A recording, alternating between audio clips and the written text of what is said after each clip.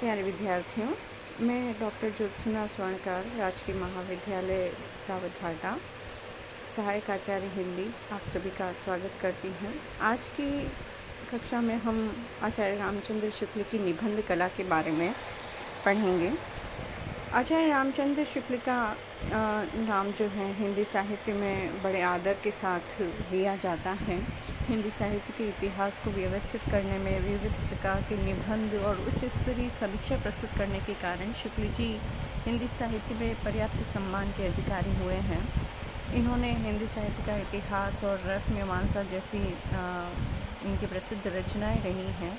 तो आज इनकी निबंध कला के बारे में हम पढ़ेंगे। सबसे पहले इनके जीवन के बारे में हम जानेंगे। 20वीं शताब्दी के हिंदी के ये प्रमुख साहित्यकार रहे। इनका जन्म बस्ती उत्तर प्रदेश में हुआ। इनकी लिखी पुस्तकों में सबसे प्रसिद्ध हिंदी साहित्य का इतिहास रही है, जिसका हिंदी पाठ्यक्रम को निर्धारित करने में बड़ा ही स्थान रहा था। हिंदी में वैज्ञानिक आलोचना का सूत्रपात भी शुक्ल जी के द्वारा ही हुआ है। हिंदी निबंध के क्षेत्र में भी शुक्ल जी का स्थान बहुत ऊंचा है।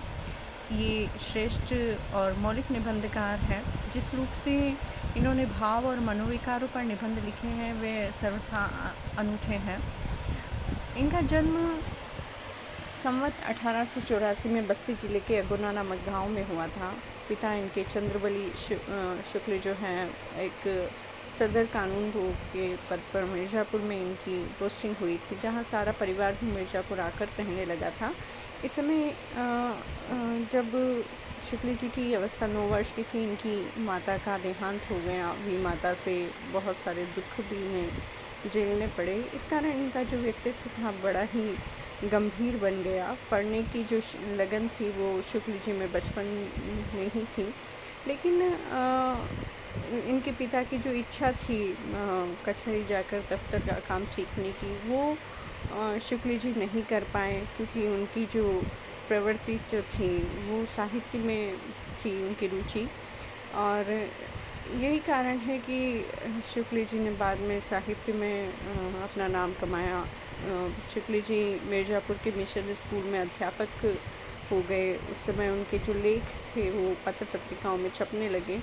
इनकी विद्वता का जो यश है वो चारों ओर फैलने लगा।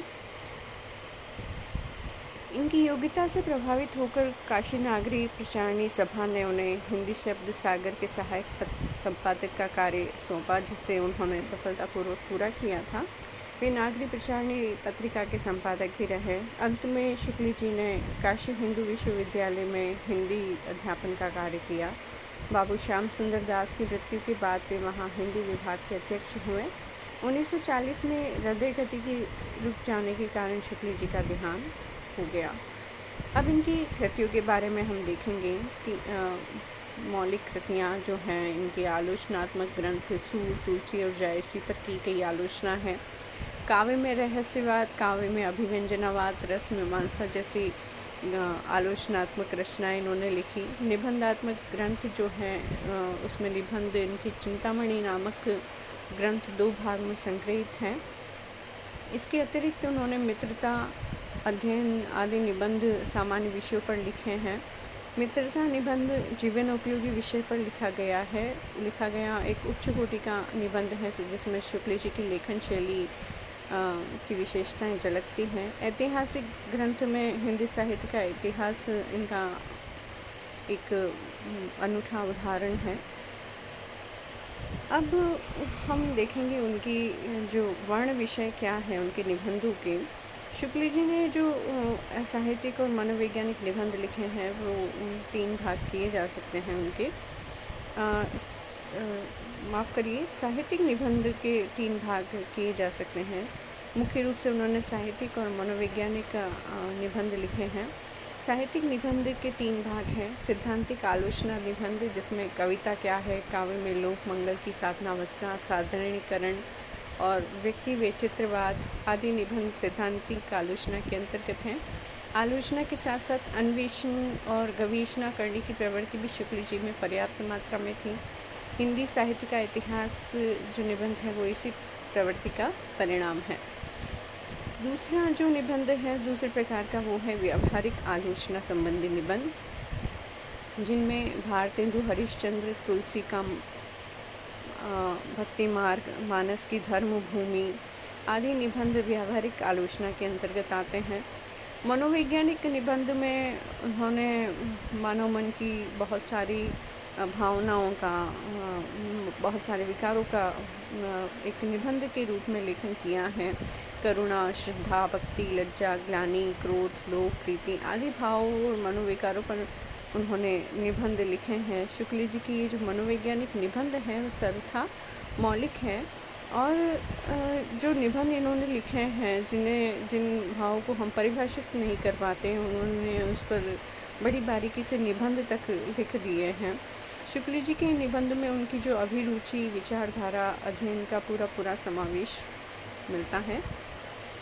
वे लोकादर्श के पक्के समर्थक हैं। इस समर्थन की छाप उनकी रचनाओं में मिलती है। अब उनकी भाषा के बारे में हम देखेंगे। शुक्ल जी के गद्य साहित्य की भाषा खड़ी बोली है। उसके दो रूप मिलते हैं, पहला क्लिष्ट और जटिल और दूसरा सरल और व्यावहारिक। क्लिष्ट और जटिल भाषा में गंभीर विषयों में इसका प्रयोग हुआ है। गंभीर विषयों के वर्णन और आलोचनात्मक निबंधों की भाषा का कठिन रूप मिलता है। विषय की गंभीरता के कारण ऐसा होना स्वाभाविक है। गंभीर विषयों को व्यक्त करने के लिए जिस संयम और शक्ति की आवश्यकता होती है वह पूर्णतः उसमें विद्यमान है। अतः इस प्रकार की भाषा क्लिष्ट और जटिल होते हुए भी स्पष्ट है। उसमें संस्कृत शब्दों की अधिकता है। दूसरी भाषा जो है उनकी सरल और व्यावहारिक है। ये जो रूप है इनके मनोवैज्ञानिक निबंधों में मिलता है। इसमें हिंदी के प्रचलित शब्दों को अधिक ग्रहण किया है और साथ ही यथास्थान उर्दू और अंग्रेजी के अति प्रचलित शब्दों का भी प्रयोग किया है।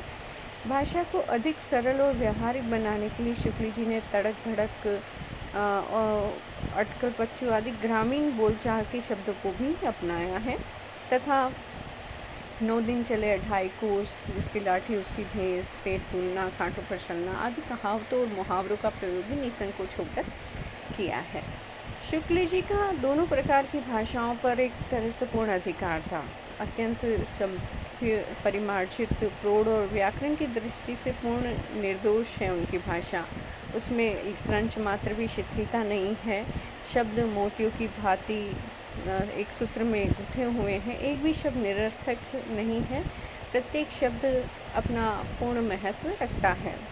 अब इनकी शैली के बारे में जानेंगे। शुक्ल जी की शैली पर उनके व्यक्तित्व की पूरी छाप नज़र आती है। यही कारण है कि प्रत्येक वाक्य पुकार कर कह देता है कि वह उनका है। सामान्य रूप से शुक्ल जी की शैली अत्यंत प्रौढ़ और मौलिक है। उसमें गागर में सागर पूर्ण रूप से विद्यमान है। शुक्ल जी की शैली के मुख्य रूप से 3 रूप मिलते हैं। पहली है आलोचनात्मक शैली। शुक्ल जी ने आलोचनात्मक निबंध में इस शैली का प्रयोग किया है। इसकी भाषा गंभीर है। संस्कृत के तत्सम शब्दों की अधिकता है। वाक्य छोटे हैं, संयत और मार्मिक हैं। भावों की अभिव्यक्ति इस प्रकार हुई है कि उनको समझने में किसी प्रकार की कठिनाई नहीं होती। दूसरी जो शैली है वो गवेषणात्मक शैली। गवेषणा का अर्थ होता है खोजना। इस शैली में शुक्ल जी ने नवीन खोजपूर्ण निबंधों की रचना की है। आलोचनात्मक शैली की अपेक्षा यह शैली अधिक क्लिष्ट है। तीसरी जो शैली है वो है भावात्मक शैली। इनके मनोवैज्ञानिक जो निबंध हैं उसमें भावात्मक शैली का प्रयोग इन्होंने किया है। ये शैली गद्य काव्य सा आनंद देती है। इस शैली की जो भाषा है वो व्यावहारिक है। भावों की आवश्यकता अनुसार छोटे और बड़े दोनों ही प्रकार के वाक्यों को अपनाया गया है। बहुत से वाक्य तो सुक्ति के रूप में प्रयुक्त हुए हैं, जैसे बेर, क्रोध का आचार्य मुरब्बा है। इसके अतिरिक्त शुक्ल जी के निबंधों में निगमन पद्धति, अलंकार योजना, तुकदार शब्द, हास्य व्यंग्य, मूर्तिमता आदि अन्य शैलीगत विशेषताएं भी मिलती हैं। अब हम देखते हैं कि शुक्ल जी का साहित्य में क्या स्थान है। शुक्ल जी हिंदी साहित्य के कीर्ति स्तंभ माने जाते हैं। हिंदी में वैज्ञानिक आलोचना का सूत्रपात इन्हीं के द्वारा हुआ है। तुलसी, सूर जैसे निष्पक्ष, मौलिक और विद्वतापूर्ण आलोचनाएं उन्होंने प्रस्तुत की है, वैसी अभी तक कोई नहीं कर पाया है। शुक्ल जी की आलोचनाएं हिंदी साहित्य की अनुपम विधियाँ हैं। निबंध के क्षेत्र में शुक्ल जी का स्थान बहुत ऊंचा है। वे श्रेष्ठ मौलिक निबंधकार हैं। उन्होंने जिस रूप में भावों और मनोविकारों पर लिखा है वे सर्वथा अभिनव और अनूठे हैं।